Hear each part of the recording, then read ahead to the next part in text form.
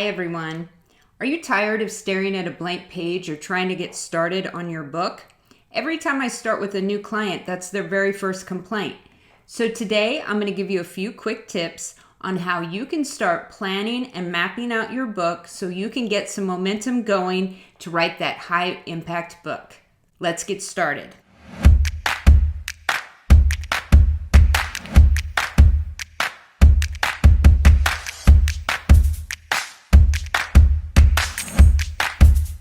So why is it so difficult to get started on your book?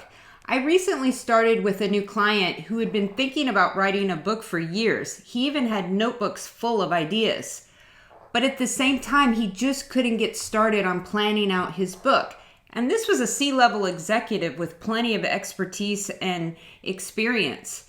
And some of his concerns were, what if I embarrass myself in front of my colleagues? What if I fail? What if I try to cover too many topics or people don't see me as an authority in my field? And these are really common concerns that I deal with every day. If this sounds familiar, then I'm going to give you a series of steps that you can follow to start answering some questions and get the ideal topic for your book. One thing I want you to keep in mind is the following formula.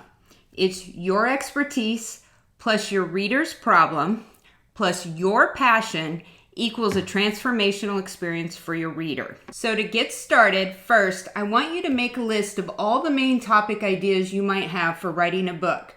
So if you're in the business field, maybe you're considering a book about leadership or networking, public speaking, or even relationships within the workplace. Just jot down a few ideas that you might have that you've been trying to decide between which one you want to use for your book. Then I want you to take one of these topics and answer the following questions. Number 1, what type of audience do you want to attract to your book or your business? Now think about this for a minute. When you're writing a nonfiction book, it's usually because you want to leverage it, maybe for public speaking opportunities, running workshops. These are the ideal people that you want to work with. So don't try to attract the audience that doesn't really serve your business. And when you're writing a book, you want to be speaking to someone. Your book can't be for everyone, or it's really not for anyone. So write down what that ideal audience member looks like. Number 2, what is that person's struggles, challenges, or main issues? Now, what you're going to be trying to get to is, what is the number one result that you can deliver to that reader? So think about that person and what they may be struggling with. In my experience, I'm personally writing a book right now for nonfiction writers who are business people, leaders, coaches, change makers who want to write a nonfiction book. So that's the audience I want to attract. I don't want to attract fiction writers, for example, because the result that I deliver to them or what they need or what their challenges are much different. So jot down a few ideas. You don't have to nail down just one challenge at this point. Number 3, what is your answer to these problems? And when I'm talking about answer, what is your answer? This is your unique proposition. Now, this may be a methodology that you use in the workplace or something you want to build out, like 4 pillars of XYZ, something unique to you. And if you want to take it one step further, you can even name this process so that it's something that you can use for marketing and when you're talking about it. Number 4, what expertise do I have to solve this problem?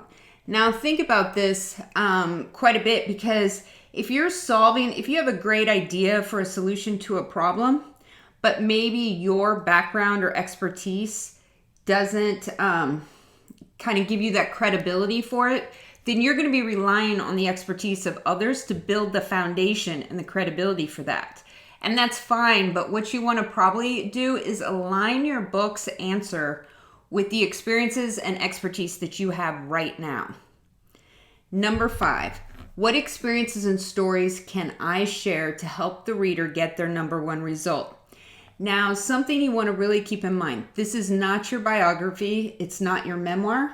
So maybe some of your greatest life experiences or the most exciting things that have ever happened to you are amazing, but they don't work in this book. Sometimes those little tiny stories are the ones that back up your number one result, and they're the ones that make most sense. If you want a great example of this, look at Brene Brown. She tells very simple life, daily things that happen to her to prove her point. And I guarantee, since she's been on stages with Oprah and she's been all over the world, that she has more exciting stories than the ones she shares. But if they don't reinforce her idea, she doesn't use them. And number 6, this is really important. What action do you want your reader to take after they finish your book? And think about this. This is your call to action. This is, do you want them to go to your website? Do you want them to join a Facebook page? Do you want them to sign up for coaching? Or do you want to refer them to other books or programs that you have? Anything that continues that relationship so that when they put that book down, you can still communicate with your reader. I want you to repeat each of these questions for your book topic ideas. As you go through them, I think a few of your ideas are going to stand out because they're going to stand up to these questions. And remember, go back to that formula. It's your expertise plus your reader's problems plus your passion is going to create that transformational experience. If you want a full action plan for mapping all of this out, I have a free guide that's listed in comments. And not only will it help you answer these questions and provide the template for it, it actually starts with an exercise that helps you come up with those topic ideas to begin with. So if you don't have ideas to start with, this will help you. It also includes a guide on how to leverage your book, which may help you when you're trying to think of your call to action. Think of your book as an ecosystem. It's just one part of your business, and it may actually just be the entry to your funnel at this point. So if you liked videos like this, if you like getting some tips about the publishing industry, please subscribe to my YouTube channel. We'll not only be discussing writing your book, we're going to talk about promotion, leveraging, and also whether you should be self-publishing or traditionally publishing your book. Regardless, you want the same level of quality no matter how you decide to put your book out into the world.